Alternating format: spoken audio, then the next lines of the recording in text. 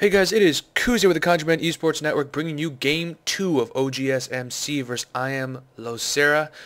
This is from the MLG Columbus series, best 2 out of 3, and if you watched the first video, first of all, if you haven't watched it, go watch it. If you watched the first video, though, you know that IMLosirA won that first game with that great Baneling drop with the Overlord Ventral Sax.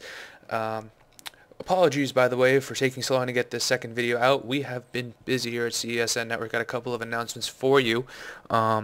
First of all, our CESN Player of the Week tournament is now up and running.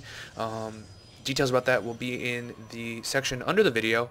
But basically, if you are of platinum level or higher, or ranked higher than the people signed up already, we are taking the 2 highest signups this week to compete for our Player of the Week honor.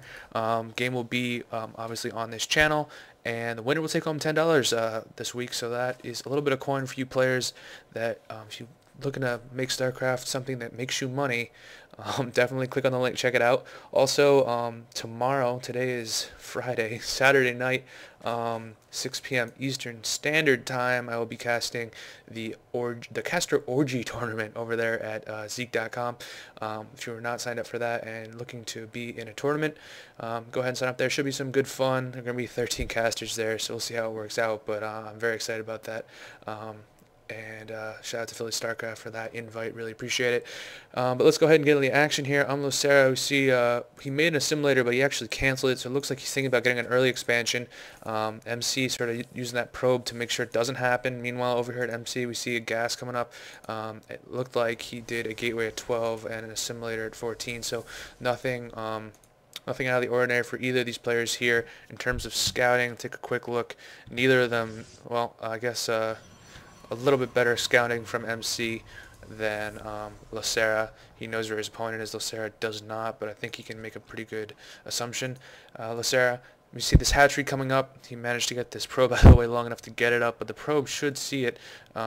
Take a quick look. Yeah, he did see it. And now we see a spawning pool coming up from LosirA right after that expansion. So spawning pool after expansion. No units for LosirA for the foreseeable future. Next couple of minutes here. Probably rush into some Zerglings. And we see them coming up. Take a look at the production tab. We see Cybernetics Core coming up from MC.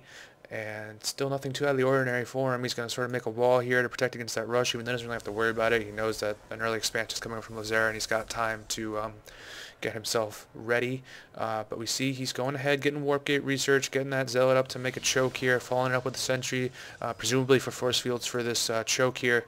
Meanwhile, we see Metabolic Boost coming up from the Zerg player here, LosirA, and he's using these Zerglings as a scouting force. So neither of them doing anything too out of the ordinary, although this early expansion will give LosirA a mineral advantage early, although in terms of army comp, if MC takes advantage of it, he's going to be in a good position here. We see he's saturated both of these gases, actually, so he's going to go fairly gas heavy on his units at this point. It looks like we see he's bringing down a pylon down here at his natural, so it looks like he's probably going to use this, trying to expand on this natural as quickly as he can, maybe make a wall across with that pylon of gateways to move. We see sometimes it provides a pretty good sort of buffer against Zerglings and other things that would just rush up this ramp. So good move there. We see these Zerglings actually from LosirA are ready. They've engaged at one point, and this Zealot held them off.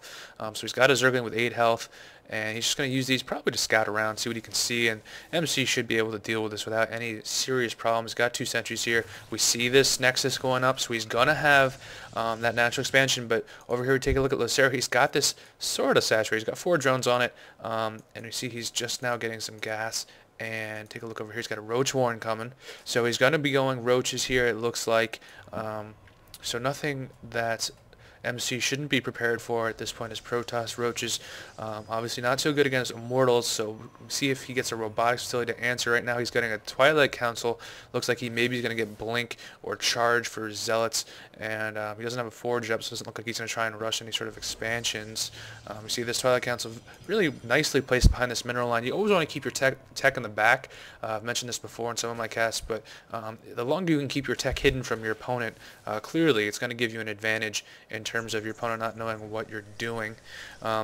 And by the way, IMLosirA has not even scouted that main yet, so by putting that Twilight Council back there, IMLosirA has no idea it's there. He's got an Overlord out here, and I don't really know what he's waiting for. He should be moving that in there to try and get some sight for himself here, because he really has no idea what's going on. You see the Warp Gate research, though, from MC is done. Take a look at the unit tab, though.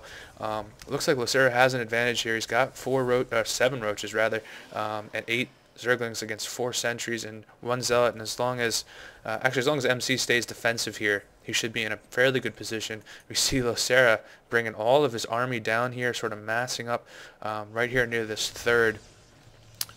And see, using a couple of Zerglings ahead of time to get some scouting in. MC knows that he's in trouble here. He's going to start warping in a ton of stuff. He's going to have to play very defensive here. But keep in mind, if IMLosirA wins this, it is all over, folks. IMLosirA just needs one more win here to put MC down, and he's definitely going for it at this point. We see he's bringing these roaches in, splitting his roaches and his Zerglings.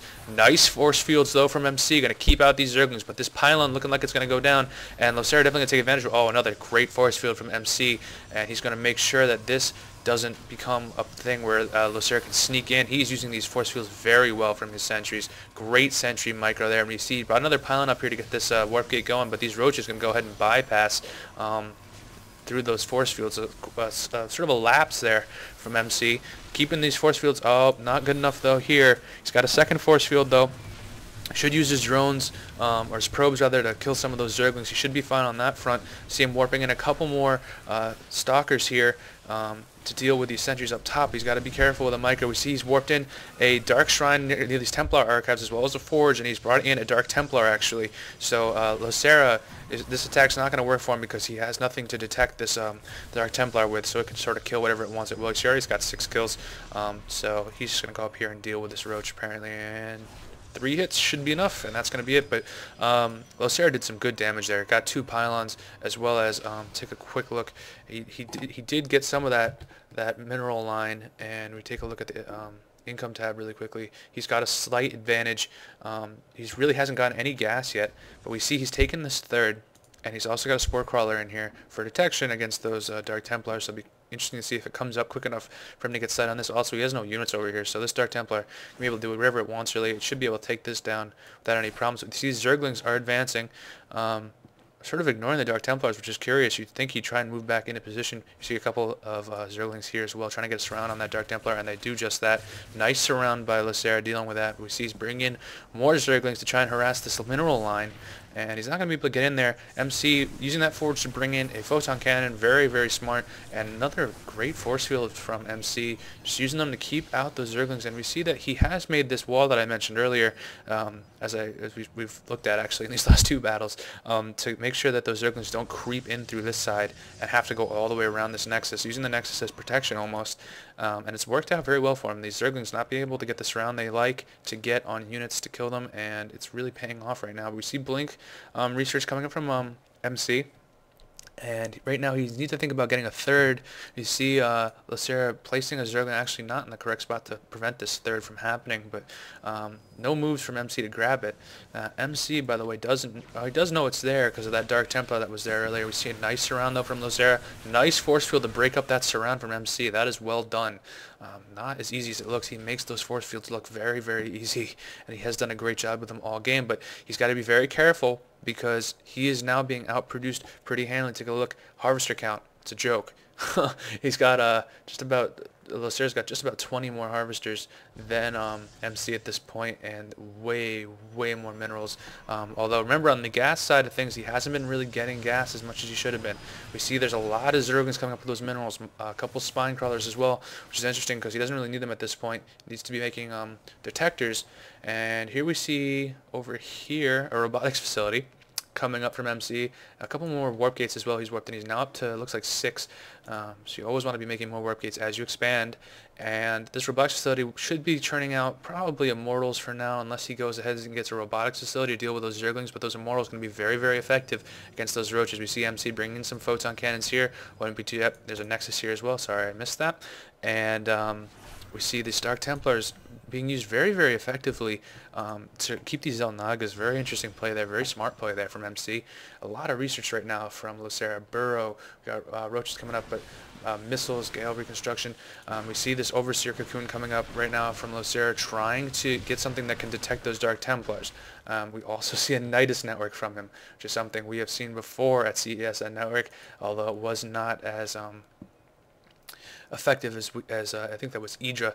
It wasn't as effective as he had hoped, but Metalopolis always a good map to do that, and I wouldn't be surprised to see IMLosirA's Overlord here start putting down some creep in these vents. Keep in mind, these vents, you can't see through them. It's also a good idea for most Protoss players to put a pylon back there early, just to make sure there's no cheese going on back there, particularly against other Protoss or sometimes Terran actually put barracks back there, which is way more difficult than it looks. But here we see the Nidus room. Sure enough, it's going to be right in that steam area, and MC seems to